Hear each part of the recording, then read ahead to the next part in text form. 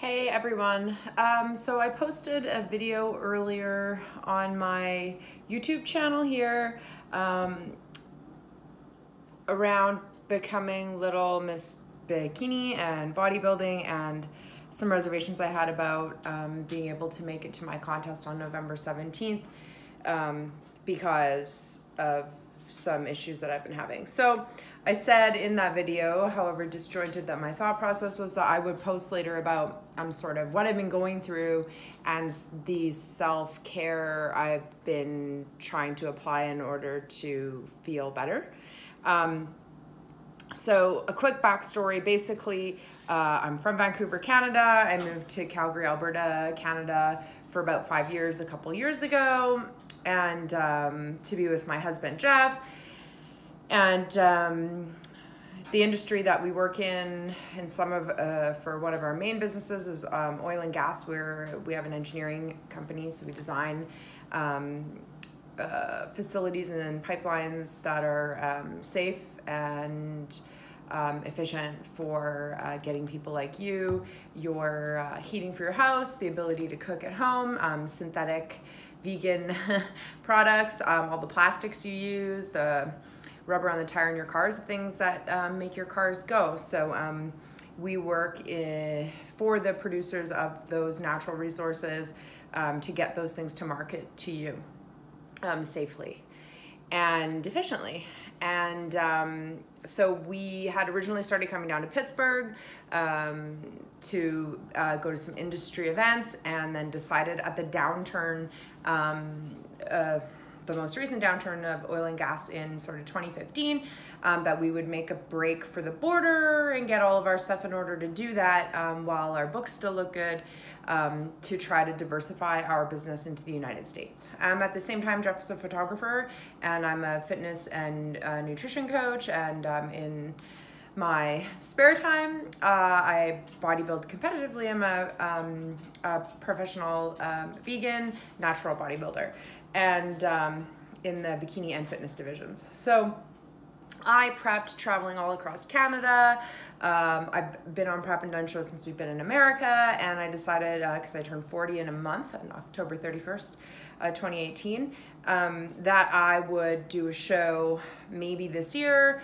And then the first ever all vegan bodybuilding show is happening in Miami, and I thought, okay, I'm gonna prep for that. So I've been prepping for, well, consistently for 4.5 years, but for this show since October last year. Yeah, so we came down here. We've moved twice since we've been down here. We have an office that we rent. We travel back and forth to Canada. We try to do our own travel, but what that means is that we work 7 days a week, sometimes 6 hours in a day, sometimes 14, sometimes nonstop. And we've had to deal with immigration, renewing visas, lawyers. Jeff has an ex and a child with this ex, and the child has gotten cancer twice. The ex is the devil incarnate, and she has fought us tooth and nail for the last 7 years and being able to see Jeff's daughter. So we spent about $250,000 fighting her in court until we just decided that it was in Jeff's daughter's best interest for us to not disrupt her life anymore. And hopefully, if she survives into her teens, she will make the decision for herself to be a part of our life. But we miss her, and so we've had a lot of outside stresses. We really try to see the positive in everything, but a lot of our struggles and the fact that we're together nearly 24/7 really make it difficult to be insightful and positive all the time. And I could go on and on and on about the struggles, but that's a basic idea. And so when you go into prep, you need to be able to be focused. You need to have a routine. You need to rest. You need to be able to devote 100% of your mental energy to your prep. And so about the last 16 weeks before you hit the stage are really important that you do that. And I guess in the last, I'm 6 weeks out from the November 17th show now. The last 6 weeks, so the last 3 months, we've been doing a lot of travel, and in that time we've decided to take our business on the road, move into an RV full time, and travel all of the oil and gas plays in North America, drumming up new business, doing business for existing clients, and be able and enabling us to be on the ground where our clients are in, say, Texas or in Colorado or in Oklahoma or wherever we need to be to get the work done, as opposed to just sitting up in Calgary or sitting down here in Pittsburgh, Pennsylvania. So we sold our house up in Canada. We still have an apartment up there that we have family living in.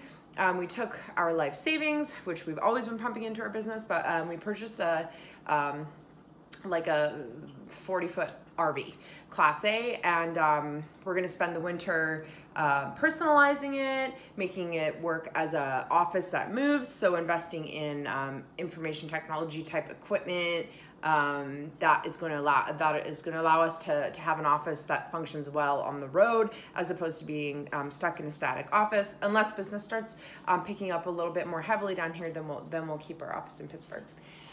So lots of shit, right?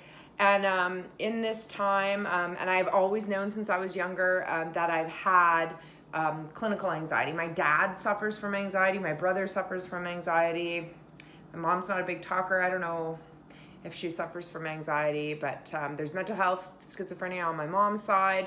My dad's mom suffered from anxiety. So I've had sort of paralyzing anxiety and panic attacks for a lot of my life. And I've never been medicated for that Western medication, other than once I'd, years and years ago, had so much stress that I developed ulcers, and I started taking a medication called Pantaloc that was supposed to help with that. And what it did was just really bang up my short-term memory badly. It was really weird. So I just decided that I wasn't going to do that. Along the way in my life, I've gotten cancer and been treated for that with radiation and surgery. And after that, that's kind of when I went fully, you know, health-minded, vegan, yoga, that whole jazz. And so I also got my Master Herbalist certification, because I thought, what better way to heal your body than with plants and non-foreign, you know, produced substances in factories. So I've always believed in the power of plant medicine. And so here I am today showing you kind of how I'm trying to manage what's been happening. Basically, my symptoms are for the last 90 days, which also makes it incredibly difficult. You need sleep to recover for bodybuilding shows, to be able to keep your cortisol at a manageable level so that you're able to lose fat, that you have the energy to lift even when you're down like not very many calories. And I've been training 7 days a week for over 4 years. I wasn't sleeping. I wasn't sleeping more than 2 hours, and then I would be up and maybe 5 or 6 times a night. Then 5 or 6 times a night after I'd be up, it would take me about 45 minutes to get back to sleep. So I was maybe clocking in 2 solid hours of sleep, and then maybe a couple more in between before I'd have to get up for my day, you know, around 5 o'clock in the morning. So first what I started to do was then put my phone away about an hour and a half before bed. I thought, okay, no screen time like on my actual phone. That wasn't really working. And I thought, well, maybe I'm drinking too many fluids, because you're trying to keep up to your 5 or 6 liters a day. So I tried to get all my fluids in a couple of hours before bed, and then try to pee all that out before I go to sleep so I didn't have to get up. And that wasn't working. Psychologically, my brain still wants to pee. Long story short, like, I'll get in bed after I pee and lay there for 10 minutes talking to my husband, and then get up again to go pee before I like can close my eyes and go to sleep. I don't know. So then I started listening to wave music, like just natural crashing waves, which seemed to help to put me to sleep if I was having trouble getting to sleep, but still, again, I wasn't staying asleep. So then I employed, I'm just gonna go into my cabinet here and start pulling things out. So then I employed melatonin. And I was just taking max 2 of these 10 milligram caps every night, and basically the active ingredient is just melatonin, Basically, it just promotes relaxation and helps get you to sleep. So that was all fine and dandy. There's a lot of science behind it. You know, it's been back for about the last 40 years. It's a great natural product. But it was kind of giving me a hangover the next day, and I didn't want to become dependent on it. And I was still waking up through the night. So I stopped with the melatonin, and I was taking ZMA, a zinc magnesium mix for recovery, and then magnesium naturally supports like muscle repair, bone health, nerve health, and then helps you with your enzyme function, and is supposed to also help with anxiety. So I've been taking a magnesium complex every night, and I still do. Then I started taking a balanced B, like a B complex, a B12, a D, a blood builder, and these are all by Megafood.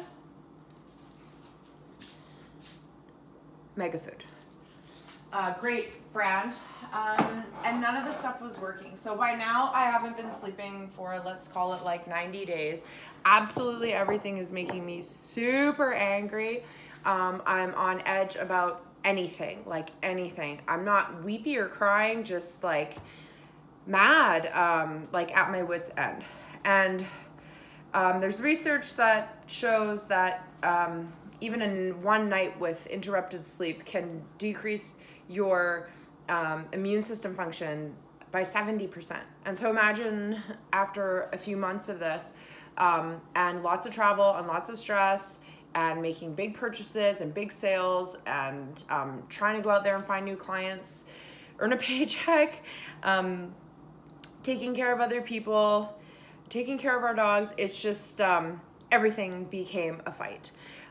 Getting up in the morning, you know, I'd last about 5 minutes in a decent mood, and then anything could set me off. And I'm still at that. But I was starting to become really sad because I knew that I couldn't experience good, fun moments like I used to anymore. The amount of humanness that I used to feel, I didn't feel anymore. I was such a happy person, such a joyous person, such a like a creative, casual, you know, funny kind of person that likes to make people laugh. And now I just felt like I have no soul left. So then I started to realize along the way that my periods were becoming really erratic, and that was really pissing me off. And I've been tracking my periods in this like online calculator for at least 3 years. And they were like coming and going, coming and going. They would come a few days early. They would last for like anywhere from 7 to 10 days. They'd go away for a day or two. Then they'd be like intermittent in between there. And so I really started to think, okay, well, let me research like what's happening with my period. I'm 40, right? Like gonna be 40. So all the signs point to perimenopause. And as a side note, I'm waiting to get for Jeff and I to be able to be eligible for the insurance coverage lottery in America. Basically, we didn't know, but when we came down to the States, if we didn't transition directly from our Canadian medical to US medical, they were going to put you in a position where you have to wait to this once-a-year lottery in order to get medical help. We didn't know that we were going to necessarily get, there's skid marks, and like the revving of crappy car engines makes me want to go outside and murder someone. Just being truthful. So we didn't know that we were going to get, after our first year, that we were going to get our next 5-year visa. And so we didn't make any permanent roots here. But what happened in that time was it screwed us over for me getting a social security number, us being able to get proper driver's licenses, to be able to import our vehicles, to be able to get medical insurance. And so a lot of this research I'm doing and not wanting to go in to see the doctor because it's going to cost me a couple $100. And what that's also going to do is put on record some kind of a pre-existing condition and disqualify me for certain types of coverage. So I've been really sitting here trying to diagnose myself until November of 2018 this year where we're eligible to go and pick up health insurance. So I went online and I Googled, and there's this company called NuRx, N-U-R-X. And basically what they do is they take a bunch of your information and they hook you up with the doctor, and the doctor asks you a bunch of questions, and then they prescribe you birth control pills, because I thought maybe I have a really low level of progesterone or something right now. So I first tried to eat a lot of foods that were healthy and heavy and high in progesterone, but that wasn't doing anything. And then so I decided to go on the pill. So I've been taking that almost a month now. Basically, it's just screwed up my period and given me my period for 2 weeks. I haven't noticed anything. It's a very low hormone. I haven't been on birth control in 12 years. So you'll have to check back in with me later. But basically, it's just given me my period. I've had it for like 10 days now. But I'm hoping with the next month, because it just like arrives at your door, it's kind of interesting, that I might see a change. So, okay. On top of that, I'd been having some panic attacks, and I had a friend who had a prescription for Xanax. Pardon me. And I had taken a few from her because my one dog was flipping out during the thunder and lightning storms, and so I was breaking them off in little pieces and feeding them to my dog, trying to calm him down because he'd just go up the wall. They didn't really work on him. So the one day I was like, well, maybe I need to go talk to a psychiatrist or an MD and try to get a prescription for something that would like stop my anxiety and panic attacks, so I'm not going like catatonic or not feeling like I just can't do life. So I tried like twice. I tried a half of a Xanax, and it really, the first time it zonked me out. Like I felt like I took 3 shots of whiskey. And then maybe 2 weeks later, I took the other half when I was having a really bad episode, and it didn't do anything. And then that scared me because I thought, holy crap, like my resistance is so high already that no, I don't want to be on Western medicine. So then I was talking to my husband, who's under a lot of stress as well, but probably not dealing with like a huge hormone drop. And he had been taking a cortisol supplement previously in Canada. He switched to this cortisol supplement by Les Labs, and it's called Cortisol Health, and it's basically just this dietary supplement that has ashwagandha as a main ingredient, and then sunflower seed something, and magnolia bark, and rhodiola root, and magnesium. And this is all stuff that like I'd sort of been taking, whatever. He swore up and down that it worked for him. So I started taking this. I've been taking it religiously for almost a month now. I noticed no difference. Maybe it's impacting my cortisol in a positive way. I don't know, but I still notice no difference, being perfectly honest. So then I went and picked up these tinctures of whole root ashwagandha tincture and then a whole herb bacopa tincture. You can get these online. They're by Herb Farm, H-E-R-B-P-H-A-R-M. Basically, you shake it and then you put 3 to 5 times a day, like a full dropper into your water. The active ingredients in both are bacopa and then ashwagandha, some water and some glycerin. Like with any herbals, they're not going to say that they do anything because they won't. But you can research them for yourself. Basically, bacopa is supposed to help support mental clarity and your nervous system, and ashwagandha is supposed to help you with cortisol issues, energy, vitality, things like that. So those are the supplements. I also stopped drinking coffee. Hasn't really made a big difference. I've still been taking from time to time green tea extract and powder before a workout. I've been doing, because I feel like I haven't been getting enough water, I was feeling really constipated, and I don't know if that was like a side effect of taking a bunch of these medications. So every once in a while I've been doing vitamin C flushes, which basically I've just been taking C1000 vitamin C tablets, 1,000 milligrams, 3 before I go to bed to try to create number 2. And that's that. In terms of any other supplementation, like I've been on 1,500 calorie a day diet. My macros have been try to be around 100 carbs, 150 protein, and around 50 fat. lately my symptoms have been like nausea, super dizzy. I feel like I weigh 300 pounds. I feel like my body's full of sand, really not hungry. But a lot of those imbalances will create those symptoms. And so I'm really struggling. And I don't think that, you know, almost an hour a day of cardio and then another hour and a bit of lifting is going to help me at this point. And so I've really had to prioritize what I'm going to do with my life, because it's just, I can't be tearing myself into a million pieces like I used to. It's also kind of dealing with age. And so I just don't have that energy right now. Maybe I'll get it back. I'm planning on getting a blood panel done. I also had a tick a couple of years ago, a year and 6 months ago, maybe a little more. And so I'm gonna get a Lyme home test because I don't, once again, want to have a pre-existing condition put on my medical if I can help it. So sometimes I'll be okay, and then sometimes somebody will say something and it'll set me off, and that's it for the day. Like I'm a dark cloud. It prevents me from going places and doing things. I've been trying these new sleep meditations, guided meditations for insomnia that have worked the last few nights actually, and I'm feeling really happy about that. I'm taking 3 days off from the gym, which this is day 1, and I'm already dying, having internal arguments about, no, you're not going to the gym, your coach told you to take time off. But I'm still training clients, and so I'm in that environment. Tomorrow will be my first like full day off to do whatever the heck I want, and then go for dinner with a friend. This week I tried going and sitting in a salt cave and doing a sound bath with crystal bowls for an hour. That would be awesome if I wasn't so sound sensitive.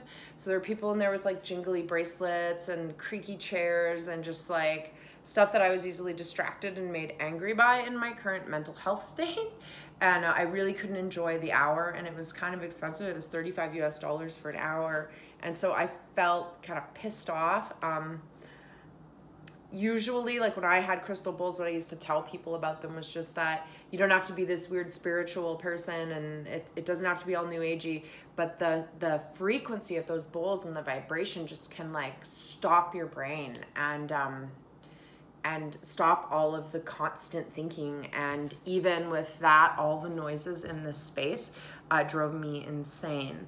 So that didn't really help me. I mean, I'm sure it did on a cellular level, being around all of that good salt air and stuff, but just mentally I didn't feel any better.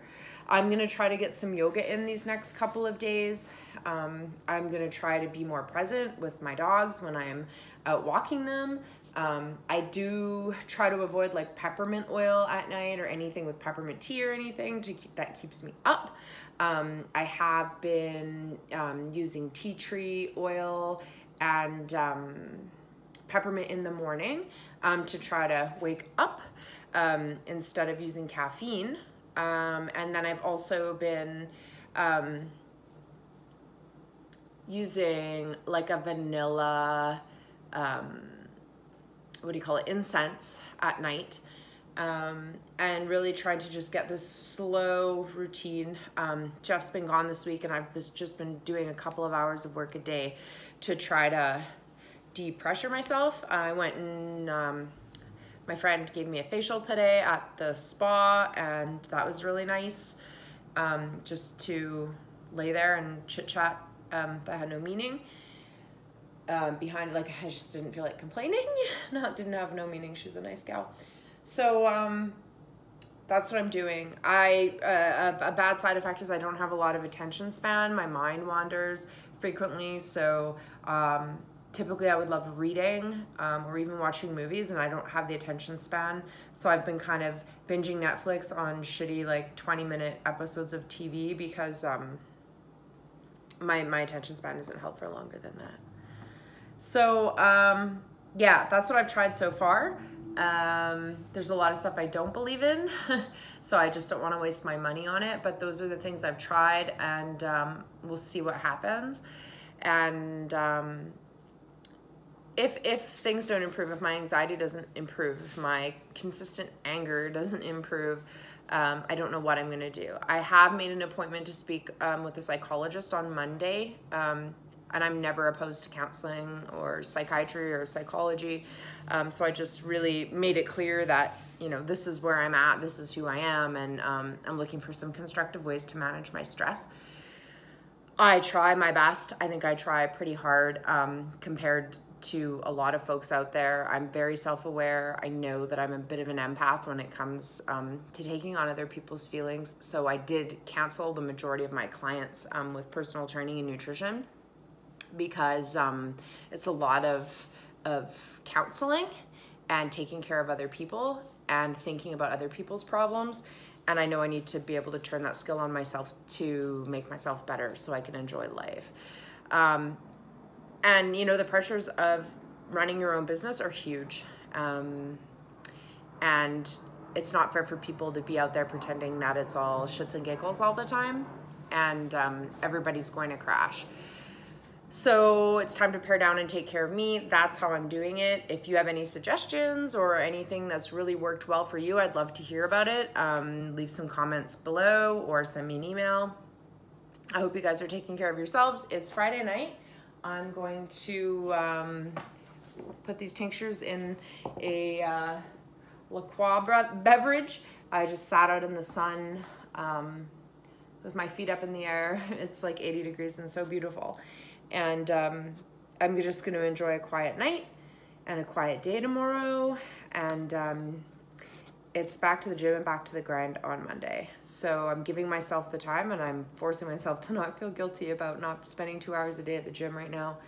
My obligation is my mental health and my marriage and my family, my kids, my little fur babies. And I hope you all remember that nothing is worth your mental health. And getting sick is very real and very scary. And feeling like you can't move, that your life is a slime you can't move through, is terrifying. And I really, truly do feel for people suffering from depression and anxiety, because people aren't very empathetic, or if you're a super strong person like me, they don't really, you don't ask for help enough, potentially, and people really don't realize that you could be struggling significantly. And this time I'm kind of humbled and just admitting to everybody that, hey man, this time it's pretty serious and I need to take care of myself. So that's what I'm doing. Those are my suggestions. That's my life.